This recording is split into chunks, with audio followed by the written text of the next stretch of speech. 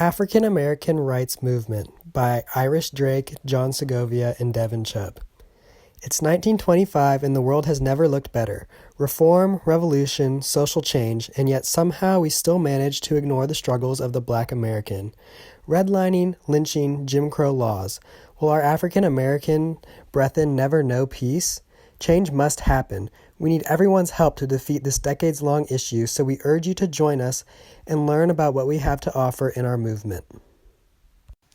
Black people are freed from the planter, and yet they remain enslaved, tilling fields, working factories owned by the same men who once owned them, bound to wage slavery as they once were to chattel. Freedmen are told to simply conform, to fight within the bounds of the free market. Well, the market has never benefited Black people. When Black people fail because of their traumatic youths, their lack of land, the abuses by the government, the police, it becomes Black people's fault because they failed to conform.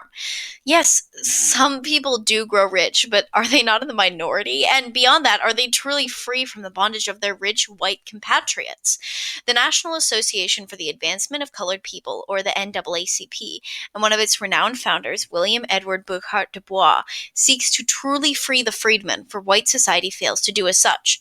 Do not conform, do not be complicit, seek liberation, and let no white man nor white woman stand in the way. W.B. Du Bois is a proud member of the Socialist Party of America, as well as a member of the Niagara Movement, and continues to advocate for the economic and social liberation of Black Americans. A graduate of Harvard University, author, professor, editor, and activist, Du Bois remains a leader of what is now named the NAACP. The NAACP was founded in 1909 and continues to advocate for the liberation of Black people from society at large. Although the organization itself advocates for integration, many of the founders maintain the philosophies of Pan-Africanism and Black nationalism, ideologies the organization is in no place to dispute. With the newspaper they publish, known as The Crisis, the NAACP satirizes white Americans and simultaneously supports and publishes Black artists, both men and women. The Crisis has since become the cornerstone of mutual aid and mobilization between African Americans. African Americans, despite being equal in the eyes of God, are nothing but second-class citizens to the whites of the North and South. Our society's wretched concept of the white Anglo-Saxon race has done nothing but demonize Black people in this land that they are supposed to call home. False accusations of rape and loitering send Black men to our all-white justice system, doing nothing but restricting and enslaving them at the hands of the prison. That is, if you're not lynched first. Public hangings, burning men and women alive, running people over, needless, senseless death. 3,436 people were lynched between the years 1899 and 1922. The fact that it has become normal to sell postcards depicting our fallen brothers and sisters is disgusting. Our government has excluded African Americans for no purpose other than the perpetuation of their racist pseudoscience and the needs of their industrial complex. We have no choice other than to change, to call for action. People of all kinds must join us. The practice of lynching robbed thousands of African American lives, and as a response, thousands of allies silently protested as the movement peaked in the 1890s. White people were generous enough to investigate lynchings through white male conversations in order to lament the loss of African Americans. The NAACP founded the Anti-Lynching Committee in 1916 to develop a program to stamp out lynching through legislative and public awareness campaigns. As most movements are nowadays, women have spearheaded change. People like Angelina Will Grimke, niece of one of the original Grimke sisters, have worked to advocate for white women's involvement in anti-lynching. Similarly, Juanita Jackson Mitchell has and does act as our youth outreach. In terms of lobbying, the Anti-Lynching Crusaders has been created in coordination with the NAACP's Anti-Lynching Committee, local Black church groups, and Mary Burnett Talbert, who accumulated funding to pass the Dyer Anti-Lynching Bill. The Dyer Anti-Lynching Bill was passed by the Senate in 1922, just 3 years ago, but it is not law. We need money in order to propose to have it passed federally. Here's a pamphlet and pin for you to take home. The pamphlet has information regarding our purpose and how you can help through donating money to the NAACP, spreading awareness, and showing your support by wearing this pin. The pin is a recreation of the NAACP's pins, which are given out to allies of the African American rights movement. We'd appreciate you wearing this pin outside to spread our message on anti-lynching and encourage others to partake in this step forward in African American history. The ideals of white supremacy infiltrated university grounds by excusing racist discrimination with self-reliance. Whites believed black people were stunted by slavery and their only form of improvement was through liberal guidance in the white education system. The fear of black people overtaking the nation scared millions of Americans as they adjusted social life on college campuses to lower black success. White progressives believed industrial education was a tool as they racially accommodated the set curriculums to avoid black people in the middle class and to avoid providing rigorous skills which would only benefit black people economically. White progressives also accepted racially segregated schools, as well as discreetly adjusting social order in order to appear to be looking out for black people by establishing multiple social programs. Overall, white progressives seek to inherently inhibit black success by lowering racial equality in the classroom. Education is an American right where everyone should have equal opportunities to prosper in the United States, and the color of one's skin does not exempt them from this American right. A role model and key leader of the African American rights movement is Ida B. Wells, a prominent journalist, activist, and researcher despite facing sexism, racism, and violence. As a journalist, she seeks to shed light on the conditions of African Americans throughout the South.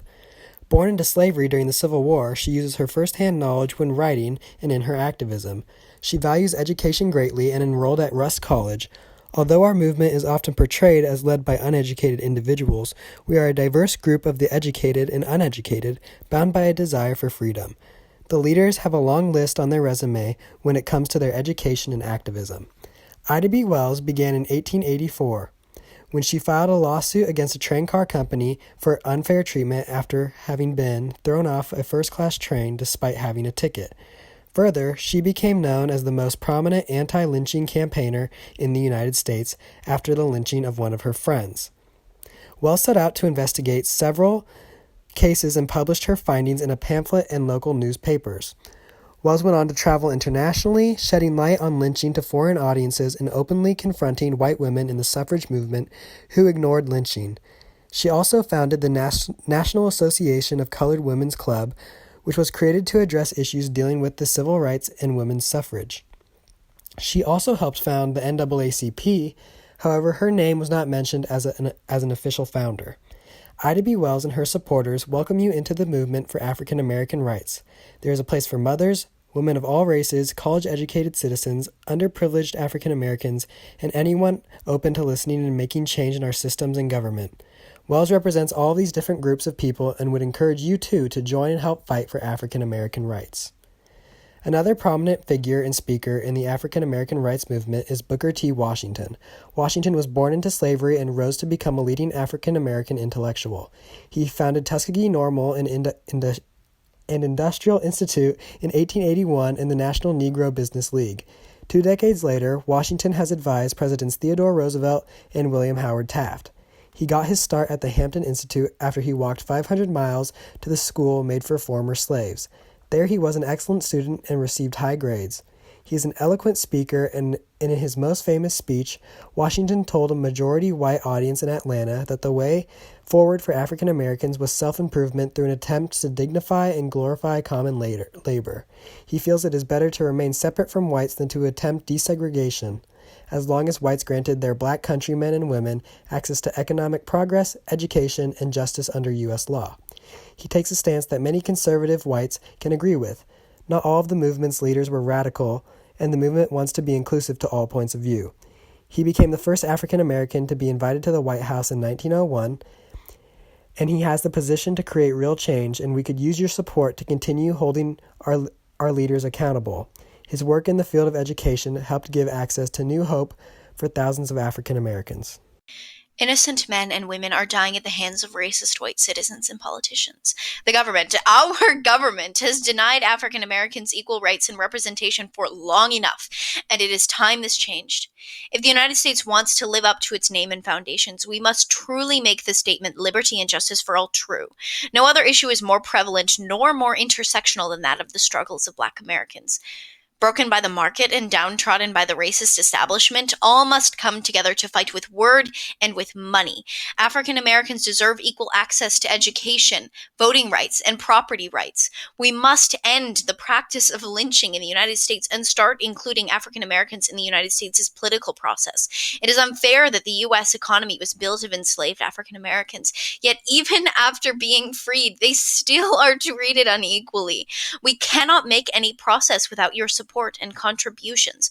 Make a monetary donation to the NAACP. Fight for your African American brothers and sisters, for together we are stronger.